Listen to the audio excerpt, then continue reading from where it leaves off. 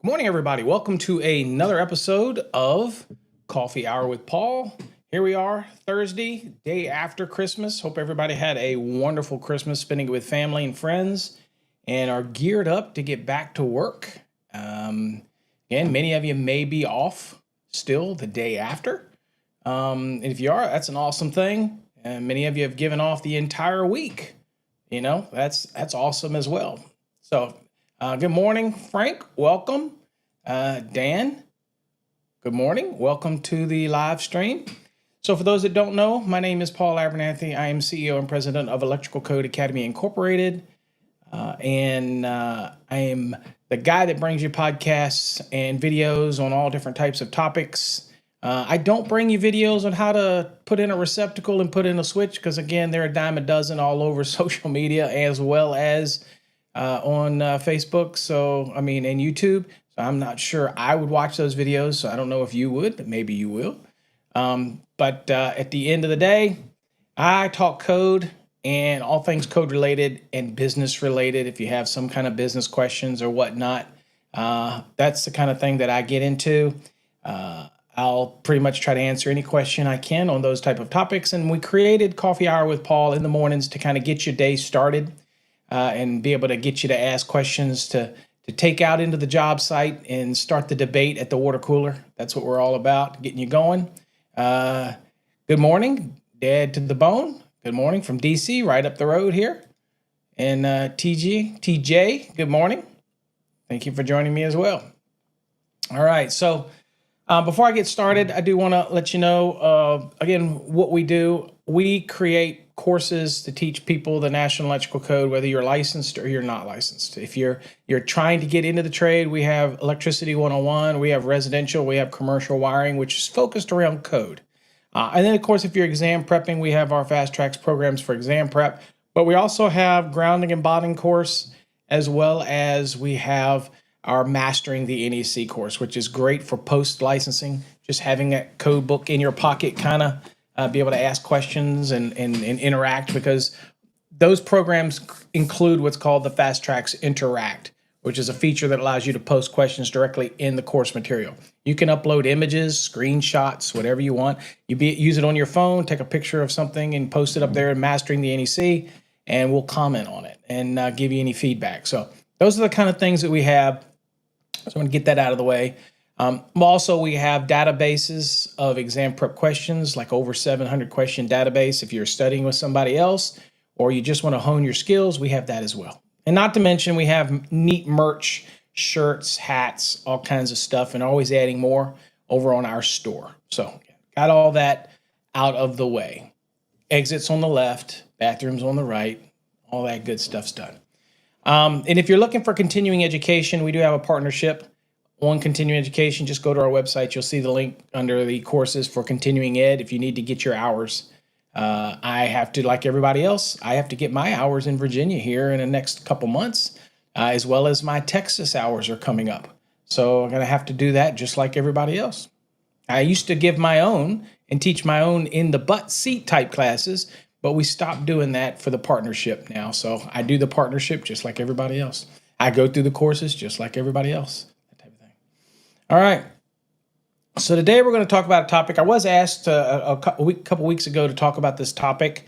So I figured today's day after Christmas. We'll start into this topic, and that is the question that people have. And again, if you're a commercial guy, you already know this. You probably follow the drawings, and it says put a receptacle here. You put a receptacle here, and most of the work is done for you on the drawings, unless you're doing some as-built stuff and you're working on the fly. But most of the time, the stuff is pretty much laid out. Residential, not the case. Typically, you do that as you're laying it out. If you're doing a spec house, you just lay it out as the spacing goes, 6 and 12s and 2 and 4s on countertops, and just lay it out. But then sometimes you do, like I used to do a lot of custom homes, and of course you have to have little meetings with the owner, find out what they want, where they want it. And then you have to have that little argument about, well, I don't want one here, but the code requires it there. And we got to have that little argument, not an argument. I always say they're negotiations. And I go, look, there's nothing I can do about it. I got to put this receptacle here. Well, I don't like it. I don't want it there. It's my house. I don't want it. It's code. It's what's required. Okay, so and we've all had those conversations. But one of the things that people talk about is in a dwelling, how do I determine the number of lighting branch circuits I need, or what other types of circuits? How do I determine those things?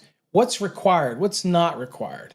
That type of thing. For example, you've heard me say, and when I'm teaching the courses on calculations, you've heard me say, okay, they say, well, I'm required to have a dryer circuit. No, you're not required to have a dryer circuit. But if you have one, you have to account for it, right?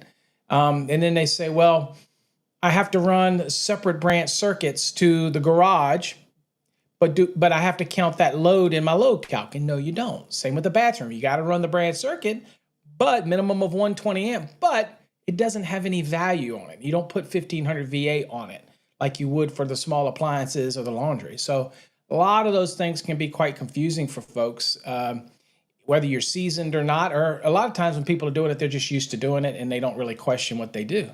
They add to the bone says, and they change it 2 days later once it's already wired. Absolutely they do. Absolutely they do. And sometimes they have that momentary amnesia and they forget they told you to put that in at all, right? So that's one of those things that I'm like, you never win, right? But you just keep at it and you keep at it. Okay. So today we're going to kind of look at determining the minimum number of lighting branch circuits, and then I'll just talk about the other circuits as we go to kind of get a good understanding. Remember, these shows about topics that you request and send to me at paulabernathy.com. So remember, you can send me questions, and soon we will have a questions portal right on the website, fasttracksystem.com, for you to submit questions directly through that. Just one real quick form. So instead of having to go to the paulabernathy.com. Okay, still going to be there. Wix supports it, but we're going to be integrating a lot of that into our own stuff too. We're always trying to integrate into our own so we don't have to rely on anybody else. Even if they are sponsoring it and paying for it for free, I don't know. I'm just anal like that. I like to have control of stuff. Okay. All right. So what we're going to be looking at today is we're just going to be talking about, and this is out of our Fast Tracks program. Okay. And so we're going to be determining the required number of branch circuits, lighting outlets, receptacle outlets, all those type of things that you would need to know, and little tidbits of information here and there. If you're already in our Fast Tracks program, this will look very familiar to you. So, all right. First things first, there was a change in the 2023 edition of the National Electrical Code. Obviously, where we get the values for 3 VA per square foot have moved. And so when you're looking at the code, you're saying, all right, where do I get the 3 VA per square foot at now? If you're in the 2023 edition of the NEC, it's now going to be in 220.41. Okay, this right here. And I don't see if I can blow this up just a little bit better for everybody to see. It might be slightly better.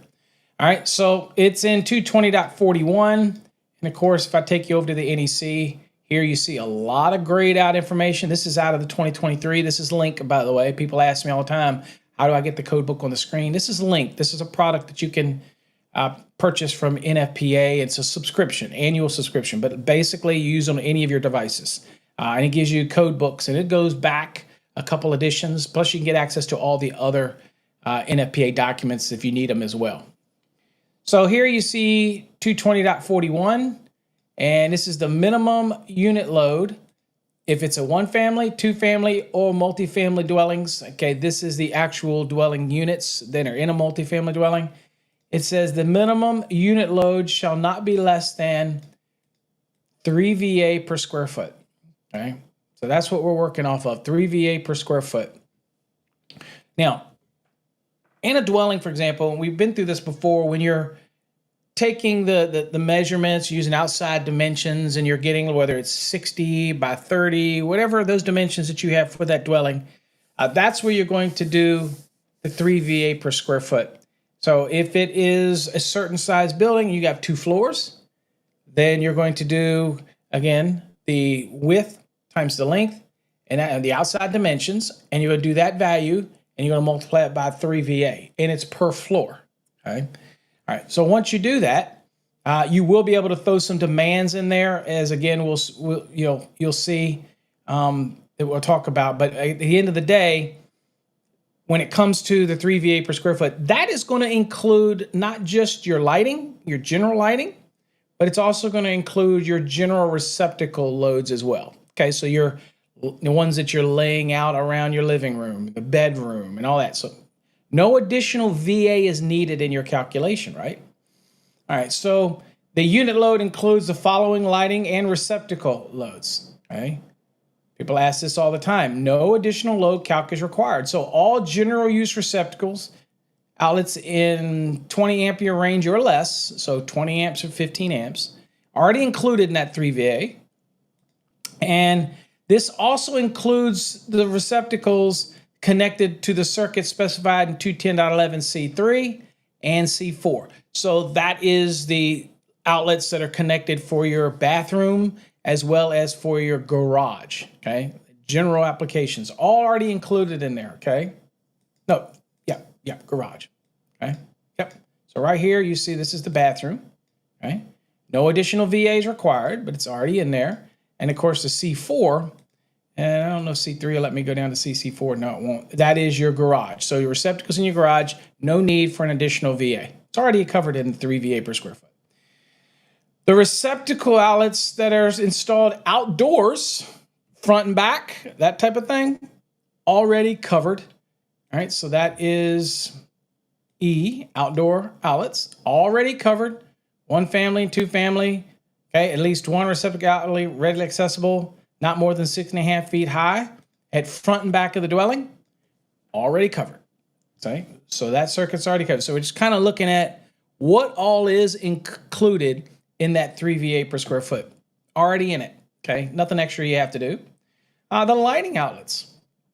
So when you got the lighting outlets itself, that is all included. So if I click on that, that's your required lighting outlets that you have for the dwelling, okay? That's the habitable rooms, the kitchens, laundry areas, and bathrooms, all of those already included in the VA. Don't have to do anything extra. Don't have to say, oh, well, crap, I have to account for that. Now, one of the things that's important for the 2023, it made it very clear that a lot of the small motors are also included in that 3 VA per square foot, right? So you see down here, it says the minimum lighting load shall be determined using the minimum unit load, okay? That's at 3 VA per square foot, and the floor area as determined in 220.5C. As you can see here, this is where it tells you to get the floor area to be able to do this, okay? And what you don't include, okay? So the floor area for each floor shall be calculated from the outside dimensions of the building, okay? Not the inside, so the outside dimensions. So if it's a 30 by 60, you're taking those values, okay? Multiply that by 3 VA per square foot, okay? And it says for dwelling units, the calculated floor area shall not, what's not included in that is it shall not include open porches or unfinished areas not adaptable for future use. A unfinished basement is adaptable for future use, and you're going to count that square footage. So that's when people ask me all the time, they go, do I have to have an unfinished basement? Now I'm going to go and add these circuits. Do I have to worry about the additional load on the general use receptacles in the basement? The answer to that's no. It should be included in your 3 VA per square foot because that space, even though it's unfinished, it is adaptable for future use. Now that doesn't include things like attic spaces that aren't adaptable for future use, whether it can handle the load to be finished off, or it doesn't have clearances, or doesn't have whatever it needs to be considered something that can be expandable or habitable, okay, or that type of thing. So if it's something that can't be adapted for that, then I don't have to count that, okay? And so any of those unfinished areas that, again, are not adaptable for future use as a habitable room or occupiable space. So I got the pull down stairs, I got this attic, it looks like it's but it's not really adaptable for future use, then no, I don't count that square footage. Pretty straightforward. Okay. All right, so there's other thing that I always tell people here. So this is how you're determining your circuits based on, okay, what you've got to have and what all is included in that 3 VA per square foot. But there are other circuits that you folks know that are just required to be in there, okay? That you have to have in your layout. And those, I want to show you, are in 210.11. So these are circuits that are required, okay? The other ones, we're going to determine the number of circuits based on the 3 VA per square foot and all that stuff. But I won't always like to tell people up front, there are certain circuits when people have questions and go, all right, what circuits am I required to have? I know I can have additional ones, but what am I required to have? All right, well, you know, you've got to have a minimum of 2 small appliance branch circuits, so that's a given. Remember, if you have more than that, you have to account for those in your calculation, 1,500 VA each, but you got to have at least 2, so that's 2 circuits you got to have. Laundry, okay, talking just dwelling units, for example, I have to have at least 1 20-amp branch circuit for the laundry, so then there's 3 for there. And then the bathroom, same thing. I have to have at least 1, but I can have more than 1. If I have more than 1, then, you know, that's fine. Maybe I'm going to feed just 1 bathroom. Maybe I'm doing the exception right here. And I'm going to feed 1 bathroom only. And in that bathroom, I'm going to hit the lights and the receptacles because the circuit's going to stay in that bathroom. It's not going anywhere. It's not jumping out of that bathroom. That's fine. That's what the exception is for. Or maybe I'm going to hit the bathroom and hit the receptacle, okay? And then from that receptacle, I'm going to leave that bathroom and hit another receptacle in another bathroom. That's okay too. Just remember when you do that, that's the only thing that can be on that circuit. You can't have any lighting on that circuit. So the exception only applies if that 20-amp branch circuit for the bathroom stays in that bathroom that it's supplying. If it stays there, then you can feed the loads there. Now, the reason it references this stuff down here is because you still have certain things that are fixed or fixed in place or cord and plug that have limitations on those as you have to be as aware of as well, whether it's 50% of the branch circuit rating or 80%. You have to be aware of those. So that's reminding you of that. That's all that's reminding you of. Okay? But typical bathroom, can I hit it with 1 branch circuit and do the lighting and the receptacle within 3 feet of the basin? Absolutely, as long as it stays there, right? Now, the other branch circuit that may or may not be required is this garage branch circuit. If you don't have a garage, obviously this is not required. If you don't have it, then I ain't got to mess with it. But if you do have it, then I have to have at least 1 20-amp branch circuit installed in that garage, and that is to do the receptacles that are required within each vehicle bay, but it also can pick up other receptacles as long as they're rated the same as that circuit, other 20-amp receptacles in that garage. For example, I could pick up the garage door opener if that's on the 20-amp. Okay? Wouldn't be a problem under the 2023 edition of the NEC. Now, but I have to have at least 1. Can I have more than 1? Absolutely. Now, when it says the circuit shall have no other outlets, it says it that way. It doesn't say receptacle outlets. It just says other outlets. So I cannot supply other outlets, hit a junction box for another piece of equipment. I couldn't hit the lighting outlets, none of that. It's just receptacle outlets is the only thing that can be on that, okay? Now, the code made it extremely clear here in the 2023, right here where it says, you know what? You probably already have always run additional branch circuits in the garage, whether you're doing it to, maybe you have one of those central vacs in there. You obviously run circuits in there if you have a water heater in there. You have other circuits that run into the garage.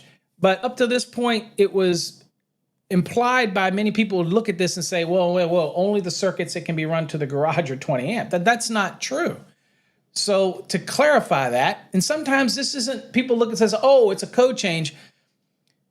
Many cases, things get added to the code for clarity. In other words, they understand that people are not looking at something properly, or it's way too ambiguous than it needs to be. And so they go, you know what, somebody submits something and the panel looks at it and goes, this makes sense. Let's make it clearer. Some things, it's the same as it always was required to be.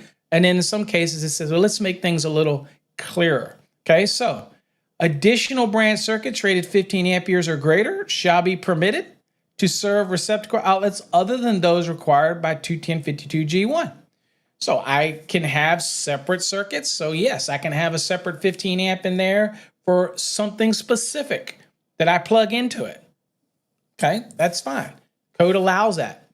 Now, one of the exceptions, and of course there is an exception here, the circuit shall be permitted to supply outdoor receptacle outlets. You may have an air conditioning unit right there on the side of the building, and again, you need a receptacle out there for servicing within 25 feet, and you're thinking, well, shit, I'm not going to run a whole nother branch circuit out there. Well, the code realizes that and says, you know what, we'll let you go off of it, and we'll let you supply those outlets, right?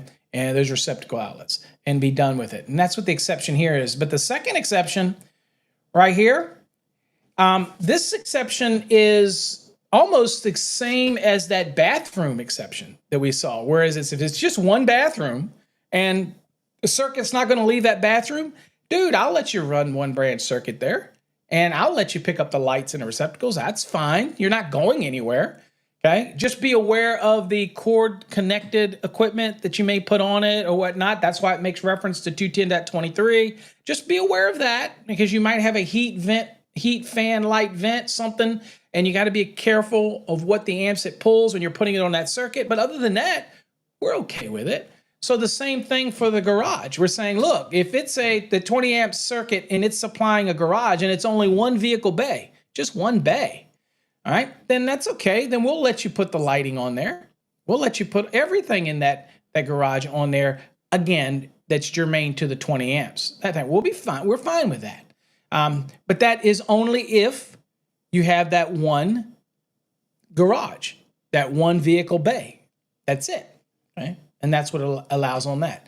So of the circuits that are required, so we get back to kind of the lesson, we know what we have to have. And we haven't even looked at the number of circuits because of the 3 VA per square foot, but we know what other. So if you get questions and people ask you, what are the required branch circuits? Well, I got to have at least 2 small appliances. I have at least 1 laundry. I have at least 1 bathroom circuit. If I have a garage, I have to have at least 1 circuit for that. Okay? So it adds up pretty quickly. So of the required, I've got at least 2, 3, 4, 5 if you have a garage. At least that. Okay? As far as the receptacle, the branch circuits for general use applications and those specific use applications. But we haven't done the 3 VA per square foot and your general use layout and the numbers. We haven't done that yet. Okay? So I wanted to start out with that. So then we know we got to have at least, let's say, 5. All right.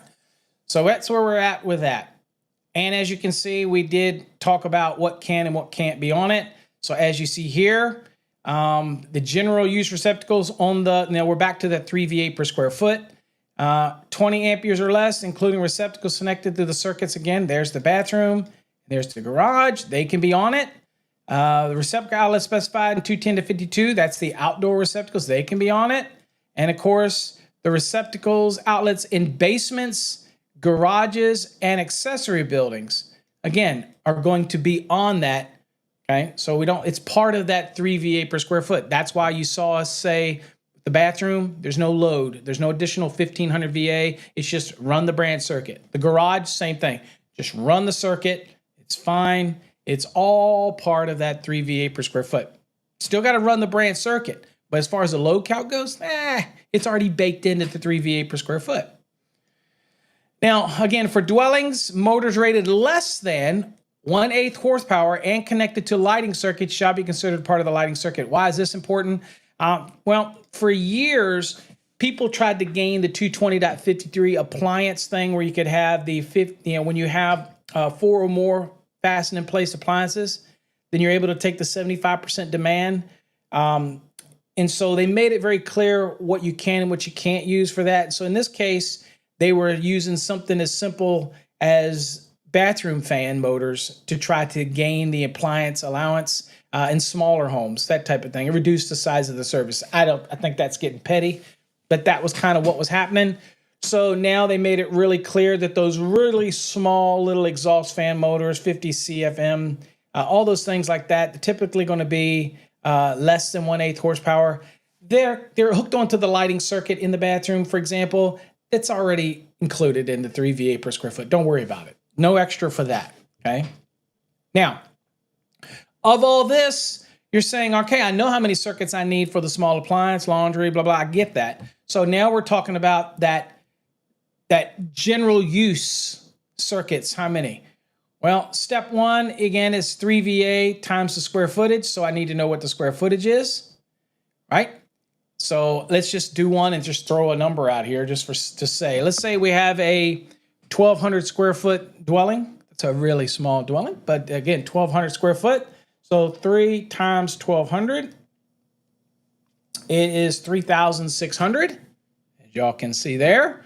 All right, and then we're going to divide that by 120. And that is 30, okay? So once we have 30, then, and that's our amps, then what we do is divide that by, if we're gonna be using 15 amp circuits to do this, for the general use, a lot of people say, I don't do anything 15, everything I do is 20. That's your choice, okay, to do that. But generally, if I'm wiring something, I'm gonna use, for me, I'm gonna use 14 gauge and 15 amp, and I'm gonna protect it as such. It's perfectly fine.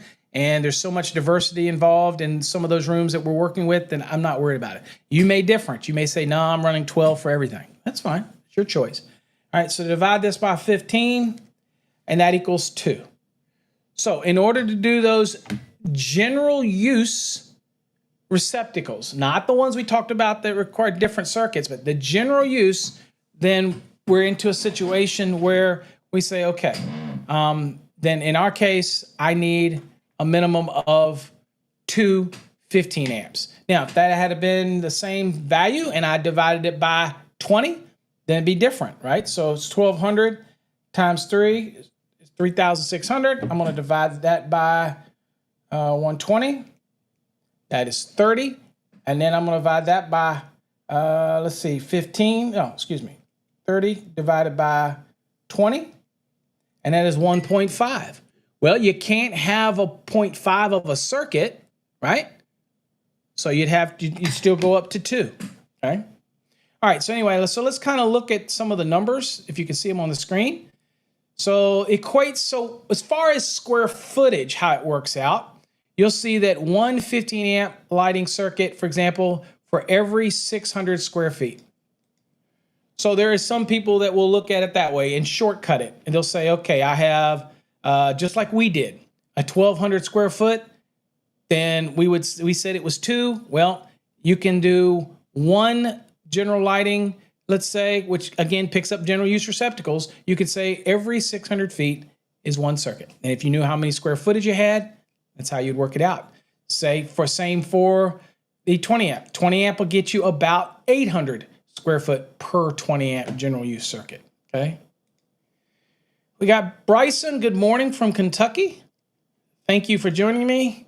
And Frank, thank you for the like. I appreciate it. Again, thanks for joining. Again, y'all like it, guys, give me a like. Let me know you like what we do. You like these morning coffees. Remember, if you don't ask questions, I can't answer them. So it's kind of really interactive. If you want to comment and ask questions, I'm more than happy to answer, because you just don't have to listen and me talk about things on the screen. Feel free to ask any questions. It's kind of just like our TikTok that we used to do in the morning. I just don't do TikTok anymore. All right, so let's do this. Let's calculate the general lighting load. And remember that general lighting load also includes the general use receptacles, right? Other than those small appliance, laundries, well, that stuff, which we've already talked about. So let's calculate the general lighting load for the dwelling unit that is used in this book or this course that has a total of 3,556 square feet. Okay, so we already did it. So here, 3,556 times 3 VA per square foot, that's 10,668. Divide that by 120 is 89 amps. And if these obviously, if we're doing 15 amp circuits, then we do that. And that would be 89 divided by 15. So that's 5.9 brand circuits. Well, I know we can't have a 0.9 of anything, especially when it comes to brand circuits. And this isn't amps. It's no rounding, 0.5 and up, you round.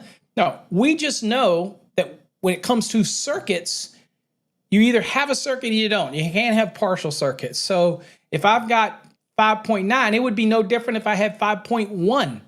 It would still round it to 6 because we're talking circuits, We're not talking amps. We're talking circuits at this point. So 5.9 branch circuits means that I need to have 6, okay? And as it says here, because we cannot have a fraction of a branch circuit, that's a no-brainer.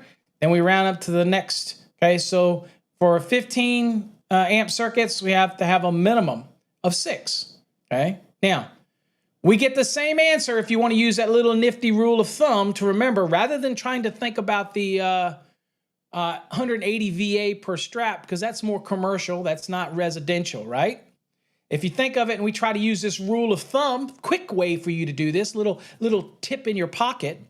And remember, you can always have more, okay? You have a 40 circuit panel, 42 circuit panel, whatever circuit panel, you can have more. But, we have to be very conscious of our number of circuits we run. Again, we're running all these home runs, dude. We're electricians. We don't want to kill ourselves. And we're not giving it. We don't want to give it away. We got to make a living, right? But we're going to give what we think is right. So in this case, you can do the same answer if you're looking to put in 15 amp branch circuits. Same, if we said use that little 600, right, per one circuit, then you could take this 3566, divide it into 600, and it's still going to be 5.9. So there's 2 ways that you can do it. But if you remember, 600 square feet per 15 amp or 800 square feet per 20 amp general use circuit, that might help you do really quick. Another way it might help you is if you're into pricing, you might have already worked out what it is for a circuit and a certain number of receptacles, and you might have already worked that math out. And so it's easy for you now to say, well, that branch circuit for 600 square feet for this branch circuit, this is what my cost is. So if I end up taking the square footage and dividing it into that 600 and tells me, then you kind of can get a rough idea of your cost once you work things out. So maybe you could even do some potential pricing that way. I still would get a software personally, okay?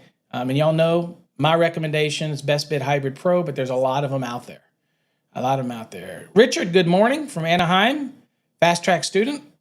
Thank you, appreciate it. Journeyman, you preparing? You're most welcome. And again, remember, use that Fast Track to Interact and post your questions in there. Obviously, if you ever need any questions, we're more than happy to help you out. But thanks for being in the program. Appreciate it. All right, let's see here. Let's go back to the lesson. It says, no matter which method you use, the minimum is 6 15s, okay? Also, if you ever get lost and you need you just all of a sudden have a deer in the headlight morning, or you're on the job and you're like, I'm just not thinking right, that type of thing. Always remember that your informative annexes D has examples of calculations. So if you're ever sitting in this, also if you're in an exam and you're stumped on something and you're like, oh God, I remember Paul talked about it, or it was in a course, and you're having a brain fart that morning, okay, which, can happen. Always just drop back real quick to informative annex D and look at some of the examples. That might jog the memory and you're like, oh, this makes sense. This makes sense now. That type of thing, okay? All right. Let's see here. See what else I want to incorporate. No.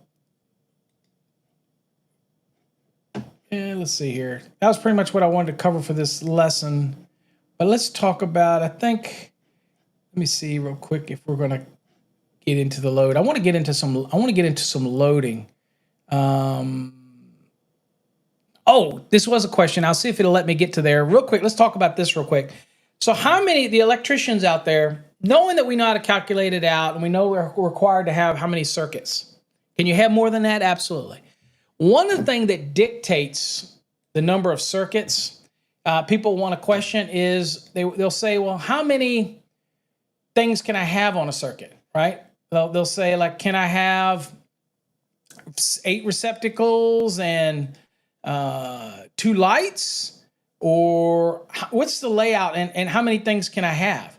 That ends up being what people question. It's like, okay, is it 14 things or 11 things? And that's where people start to bring in the 180 VA per strap, which isn't for residential. I mean, that's commercial. But it uses it sometimes as a good rule of thumb that people will use in order to say, well, you know what, I need to know what's my maximum. 10, 12, 15. So the one thing about the NEC is that it doesn't dictate, okay, that. Doesn't say in the code that, you know what, you got to put only 6 or 8 or 10 or 12. That is not in the National Electrical Code. Now, we're taught differently. I mean, we're taught from apprentice programs that'll say this is the rule of thumb, this is how many you do, right? That kind of thing. But reality is the National Electrical Code doesn't really dictate that. Now, what is dictated is if we know the lighting loads and they're a fixed wattage, right? So if we have fixed wattages, then it's pretty easy to come up with the numbers. Now, whereas receptacles do not. I mean, we don't know what somebody can plug into those, okay? So typically people will default to saying, you know what, I'm going to use the old rule of 180 VA per, even though that's commercial, okay? So for an example, if I know that a 15 amp circuit is 15 times 120, that's 1800 watts. Or if you're doing a calculation, it's VA, right? So 15 times 120. But then they end up saying, well, I'm going to do the 1800 and I'm going to divide that by 180. And that's how they get 10. So that is probably where that came from. Although that is not really what you do in residential. I mean, I routinely would do 12 and 13 items. Okay, so receptacles plus a couple lights, diversity involved, and I never, ever had a problem. But you could go through an apprentice program. They might say, look, you never put more than 3 lights and 10 receptacles on a circuit, or vice versa. They might say it like that. With the lighting, it's different because we can figure a load, right? It's a little easier today, right? Because all of the luminaires today just really are not a whole lot of loading on them, right? And they're all LEDs and things like that, okay? So it's really easy. But in our program, we talk about it. For example, how many outlets are permitted on one general purpose lighting brand circuit? Remember, we're also including the general use receptacles as well. So a lot of people get stumped in that. They see us constantly talking about general purpose lighting and they go, yeah, but that's just the lighting, not the receptacles. No, remember what we said? And that 220.41 in the 2023 edition of the NEC is now saying that, like it always said, that general lighting is also including the general use receptacles. So don't look for it always to say general purpose lighting and general use receptacles. It's assumed that you know that they're included together. All right, so the NEC does not specify a maximum number, okay, on a single 120 volt brand circuit in a residence. However, logically, that can fall between 10 to 20 outlets and receptacle outlets and lighting outlets could be considered for one brand circuit and not actually be any violation of code because the code doesn't tell you how many, right? You will get used to, this is where I tell people all the time is you will get used to your happy medium. You'll get used to what you're used to. And again, if you want to use the 180 VA and do it that way, and then you say, well, that's why I use 20 amp circuits because I can get more out of it. Okay. Well, where I could have 10 on that one, I could do 120 times 20, and that's 2,400 divided by 180. And they're saying that's how I get to 13 if I do a 20 amp circuit. Whatever makes you feel better. I have no problem putting up to 13 on a 15 amp and as many as 15 on a 20. I don't have a problem with it at all. Okay. Remember, you've got your separate circuits that are different. Your small appliances, different. You've got your the laundry, you've got your bathroom, different. These are general use, that type of thing. Okay. You'll get to whatever you feel comfortable with, that type of thing. Okay. Now, laying it out is also going to dictate that depending on your room and how you lay things out. But again, a lot of the lighting today is very low wattage, anywhere between 1 to 7.5 watts and things like that. Smoke alarms, I know they say smoke detectors here, but it's actually smoke alarms in a dwelling, is like 5 watts. Very little, okay, pulls anymore. So you just have to take those things into consideration. Right? The code's not going to basically tell you exactly. So here's your rule of thumbs, okay? Everybody was wanting these rule of thumbs. They like these rule of thumbs. The electrician uses to determine it, and this may be what you use, It says, bear in mind that the rule of thumb is merely simple ballpark guidelines that are not hard and fast code requirements used together with common sense. We're losing that today, sadly. Common sense and good judgment as to how the circuit will be used will result in adequate circuitry. Okay, so here you go. When performing an actual load calculation, you will learn that the general lighting and receptacle loads in a dwelling is included in that 3VA. We already saw that. That's in 220.41. It is important to note that in 220.05C, the floor area, again, we're using the outside dimensions of that, and we're not including open porches, okay? So if you have a receptacle out in the back and it's under an open porch, things like that, that open porch area is not included in the square footage. If you're on an exam, they may include a open porch in your calculation. And then if they give, here's a tip. If they actually give you a value that's the outside dimensions, but they also end up giving you the value for a porch, then you might want to stop and think, why are you giving me the value of the porch? Is it an open porch? And that means I got to subtract that from the total value. Be careful, read the question. There's many people that write questions that sometimes will put those type of things out there, and you just have to be careful how the question is actually written, okay? All right, so here's what some folks will do, is right here. They'll do what's called a 80% rule, and that's their rule of thumb, okay? So let's see here. So this method is also complicated because it involves calculations, add up the wattage and or the amps of the load you anticipate will be connected to the given branch circuit, then limit the load to not more than 80% of the branch circuit rating. Although this is only a code requirement for continuous loads, and you do not have continuous loads in a dwelling except for where they tell you to have it, right? So if you have things like the circuit to an EV, or you have a water heater, the branch circuit, they're going to tell you that that's to be at 125%, which is equivalent to continuous load. They're not going to say it's equivalent a continuous load, because we know that typically a water heater typically is not going to be on 3 hours at its maximum output, although depending on the temperature of the water coming in, it could, right? If it's really cold and it's got to stay running for a long time, but it doesn't matter because it already tells us, okay? It already tells us to take that at 125%, right? But here, for example, is a 15 amp, 120 volt lighting branch circuit would be calculated at 15 times 80% is 12 amps maximum, connected load. So what does that mean for us? Don't confuse this with continuous load. This is just using the 80% rule to try to see how many circuits, how many receptacles, or how many items we're going to put on it. So then it comes down, this is just a rule of thumb, by the way, folks, not code. Please don't think this is code. It says, okay, well, if that's the case, we applied the 80%. So since we took the 15 amp as the full amount, so I'm going to load that 15 amp. That's my full amount. And so I did 15 times 80%, 12 amps. Then I do the 12 times the 120, and that gives me 1,440 watts, or VA, okay? That is the maximum connected load, okay? And in the same, you would do the same thing for the 20 amp.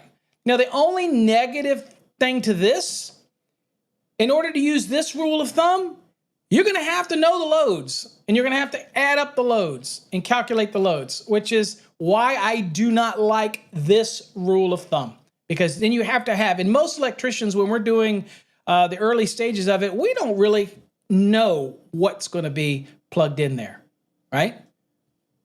So for me, if I was using this rule of thumb, I would still be limited, because once I got that 1,400, I would be doing what? I would be dividing that to try to find out something and find out, okay, how many items can I put on it? I just don't trust the 1,400 by using this method. I don't know all the loads. So not the best way to do it. One thing to remember about your circuitry, though, even though you might do a calculation and you do it all, and you may say, okay, I'm going to put 10 items on a circuit, or 15 items, or 12, because the luminaires are like just low wattage and everything now with LEDs, and the receptacles. I mean, in a bedroom, how many receptacles really do you use? I mean, take an inventory of your own bedroom and think about it. How many receptacles are you really using in your bedroom, right?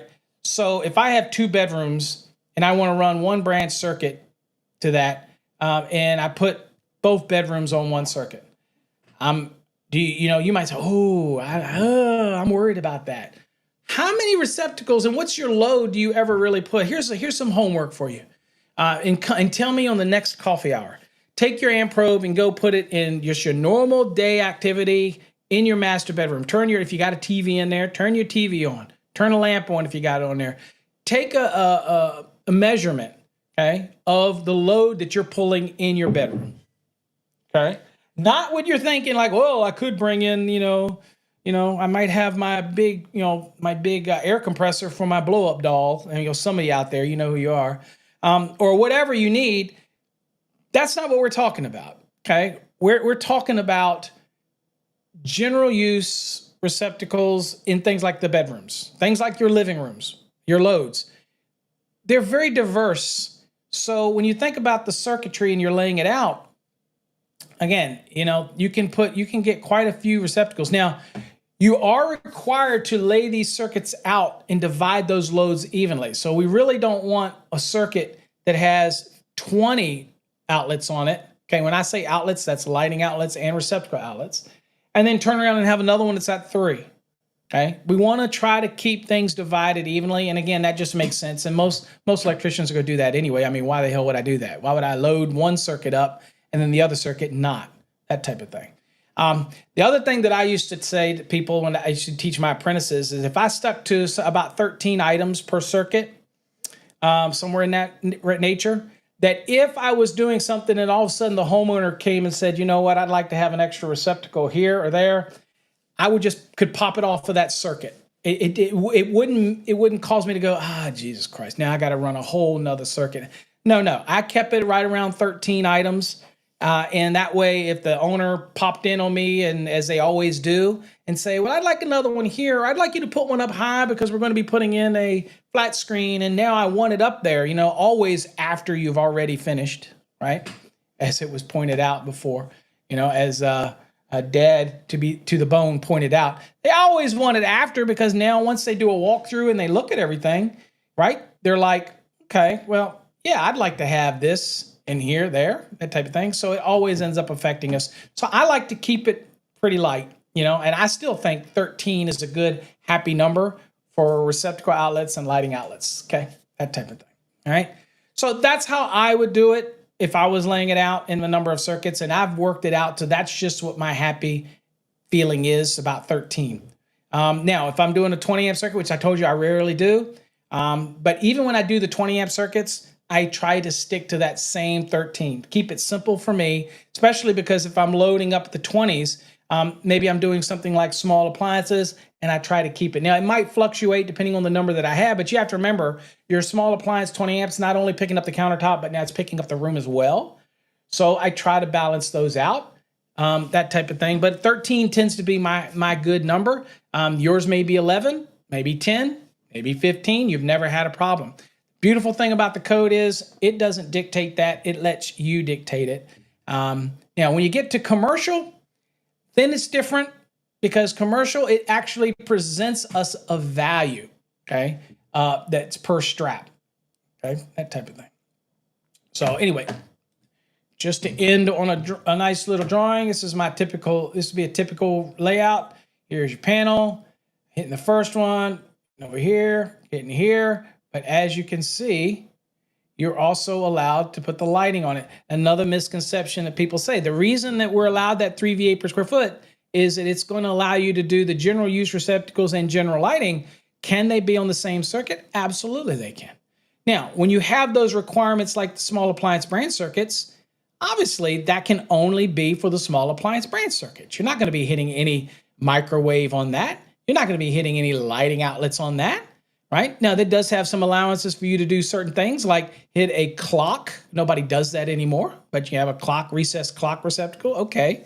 Also allows you to put the igniter for, say, if you have a gas range there, you can put that on a small appliance. These are very little momentary loads that it's not going to impact anything, right? Perfectly fine to do that type of thing. So, but yeah.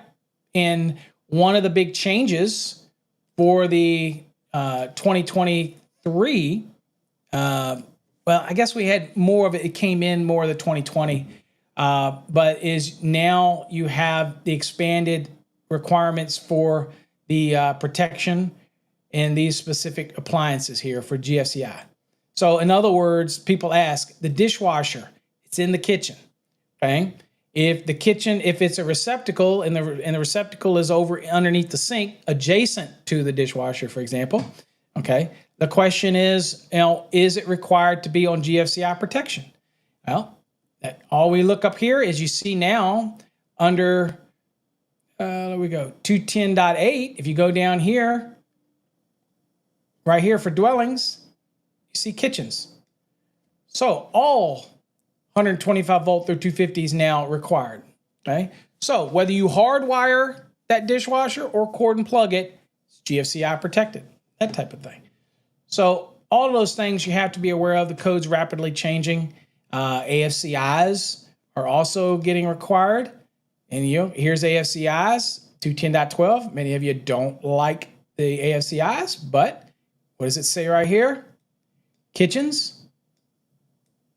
And it says all 120 volt. So when you see 120, by the way, here's a little tip for you before we let you go today. When you see a reference in the code to 125 and 250, and you see a reference to 120, 120 should remind you that that is a circuit requirement. That's required on the circuit, okay? So in that case, for the AFCI and kitchens, all 120 volt, 10, 15, and 20 amp branch circuits supplying outlets or devices, right, have to be what? Have to be AFCI protected as well. Not just GFCI, but AFCI protected as well, okay?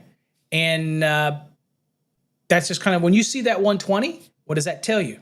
That's a branch circuit requirement. That cannot be satisfied by the receptacle. Whereas when you have the GFCI requirement, then that can be satisfied by what? Either a receptacle or a device, okay? So different rules. Of course, you do have some different exceptions for AFCIs and whatnot type of thing. But all those things to be aware of. Now, they do have some allowances for you to have where they say, okay, I'll let you do a receptacle AFCI if you have a combination type or a let's say the old feeder and branch type AFCIs, and then you have the outlet style at the first receptacle outlet location. We'll let you do that. We'll let you do, as long as you have a listed so that they work together, circuit breaker with the receptacle, that'd be specific from a manufacturer, okay? They've been tested together, then we'll let you do that. But that ain't gonna work if you're using one brand from one manufacturer in the AFCI receptacle outlet from another manufacturer. That ain't gonna work because they weren't tested together as a system. So most people just say, screw that.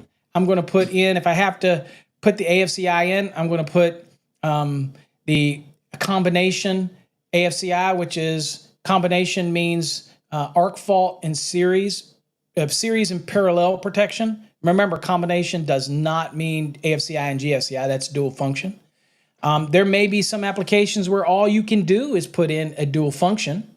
But in most cases, if I need GFCI and AFCI, I can put an AFCI in the panel, and I can put a GFCI at the first receptacle outlet. That type of thing, Oh, one more thing I want to talk about before I let you go is this seems to be confusion for people as well. And I want to make sure I clear this up. Is that, let's see, hold on. I want to go real quick. Hold on here. Bear with me. This is one that I get quite a bit. And here, this one, I'm going to share it with you really quickly. We'll end on a lot of good info today, but we will share on this one. So, those small appliance circuits, when you're installing the receptacle outlets and what that small appliance has to serve, a minimum of 2, but what does it have to serve? Well, obviously, it's to serve the receptacle outlets in the kitchen, in a pantry, in a breakfast room, in the dining room, or similar area of a dwelling that's similar to these. So if it could be argued that there's similar usage, then your inspector is going to say, hey, I need those small appliances to pick those up, okay? And it reminds us the 2 or more 20 amp small appliance branch circuits that we talked about earlier in 210.11c1 shall serve all wall and floor receptacle outlets covered by 210.52a. So what does that mean? So that means in your kitchen, not only the ones that are serving the countertop, but also all of the ones that are around the kitchen, all the ones that you may put in the dining room, all the ones that you may put in a pantry, okay? If they're serving the spacing requirement of 6 foot, 12 foot, that type of thing, then they have to also be supplied by what? Those small appliance branch circuits, which is typically on a large house. That's why you end up, the minimum is 2, but you end up usually with more than 2, okay? Because you have to supply those, okay? And again, 1,500 VA each when you're doing the load calc. But here's what's interesting. It also reminds us all countertop outlets covered in 210.52c. So that's all your 2 foot, 4 foot ones on countertops in these areas right here, right? And here's where people get confused. It says, and receptacle outlets for refrigeration equipment. So typically up front, the refrigerators in your kitchen are required to be on that small appliance branch circuit. But you do have exceptions. And the exception is going to say, you know what? I'm going to come down and say, you know what? What I'm going to let you do is I say, you know what? Here's exception number 2. It says, you know what? In addition to the required receptacles specified in 210.52, a receptacle outlet to serve a specific appliance. Notice how it says it. A receptacle outlet, important, to serve those specific appliances shall be permitted to be supplied by an individual branch circuit rated 15 amperes or greater. So this is that allowance, for example, and years ago it used to say refrigerator. You could have a separate, for refrigerator. Now, this just makes sense because we've been doing this forever. We've brought other circuits into the kitchen other than the 2 small appliances. We've been doing this forever. So this only makes sense to say, you know what? I'll let you run an individual branch circuit, 15 amps or greater. So it doesn't have to be 20, it could be 15. And I'll let you run that individual branch circuit to that single receptacle outlet for your refrigerator. Now, the question that people ask me is, does that mean that I have to take that at its VA and add that to the load calculation? And the answer to that is no. You do not. We will consider that receptacle as part of that 3 VA per square foot. Not required for anything additional, okay? If you want to do that individual, okay? And as you can see here, there is some great commentary on this. And I even give you a drawing, a layout. For example, if you look at here, here's the one small appliance right here. Here's this one, stopping right there, picking up pantry, blah, blah, blah. That's their choice of how many they want to put. And then you've got here, gas igniter, which again, one of the exceptions allows you for that. So here, it's also picking up this side of the counter. But here's the other 20 amp, picking up this counter. So both these countertops have to be served by at least 2 small appliance branch circuits. How you want to break them up, it's up to you, but served, okay? Now, if there had been an island right here, then I have to make sure I have provisions here at this island to add a receptacle in the future. That's a 2023 change. I don't agree with that change, by the way. But anyway, if you're not on the 2023 and you're on an earlier cycle that requires a receptacle there, then you put that receptacle on with one of the small appliance branch circuits, right? And then here you see separate loads, switch for the lighting. And look what it does here. It goes around, picks up another one, picks a light. So that's separate. But here you can see that this refrigerator is on with the small appliance, one of the small appliance branch circuits. Okay? All right, now, prior to 2023, for example, people said, well, I don't want to put my refrigerator on a GFCI. Okay, so what you would do is you'd take your home run to here, right? Instead of doing it like they did it, take your home run here, right?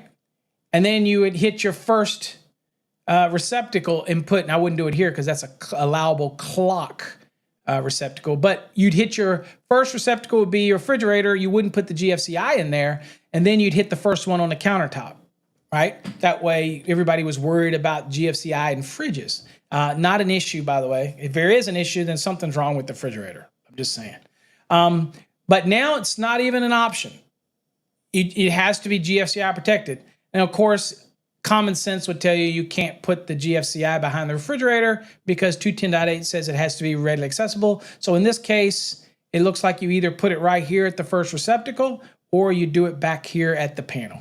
That makes sense. Now, all of these locations now require AFCI protection. Then in that scenario, as you have options, you could put a dual function device back here at the panel that's not only going to cover the GFCI, but it also covers the AFCI. That's called dual function. That is not combination. Combination is both series and parallel arcs. That's what a combination means, okay? Anyway, here is another example, what we just talked about, the allowance that it's allowing. So here you see right here, oops, there. Well, hold on, let me get it a little bit right here. That's about as close as I'm going to get it. Oh, there we go. All right, here, same layout, same scenario, but what did they choose to do? They chose to take a separate individual branch circuit over here to the refrigerator, and that is perfectly okay. That would be using the exception, okay? All right, and of course, this is Link, by the way, for those that don't have it. It's about $120 a year. It is amazing. Again, it's great to have the code in your pocketbook. If you're a woman, in your pocketbook, your purse. If you're a guy, don't carry a purse, okay? I'm just saying.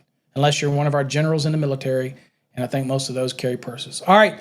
Anyway, that's all I have for you folks today. I thank you for joining me. I hope everybody had a wonderful Christmas. And we're heading into the new year. It's time for those New Year's resolutions. If you want to go into business for yourself, you want to start a side hustle, do it right. Make sure you're licensed, get what you need. Again, if you're in our Fast Tracks programs, we're always here to answer your questions. Be sure to use the Fast Tracks Interact feature. It is built into your course. It's at the lower right side. You'll see the little blue thing that's what you click on. That is designed for you to enter into the area where you can communicate with all the other students and post things. So again, make sure you check that out, okay? And Naveed, thank you very much. Thank you again for joining me. And all of you, I appreciate all of you. You have no idea. You've made us successful because you believe in us and you believe in the training. And again, love me or hate me, I always try to give you education. We can agree to disagree, but I do my best to try to educate you the best that I can. All right? All right, folks. Till next time, stay safe.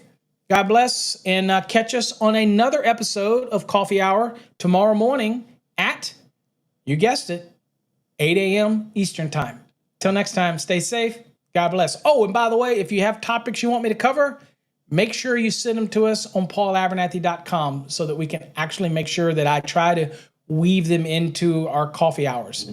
And then the next thing to do is just have yourself a good cup of coffee. This is our latest mug, Master Electricians. They are available in Journeyman and they're available in black and white. I love the big T for tradesmen. Lets everybody know I'm licensed and I'm a tradesman. Till next time, folks, stay safe. God bless.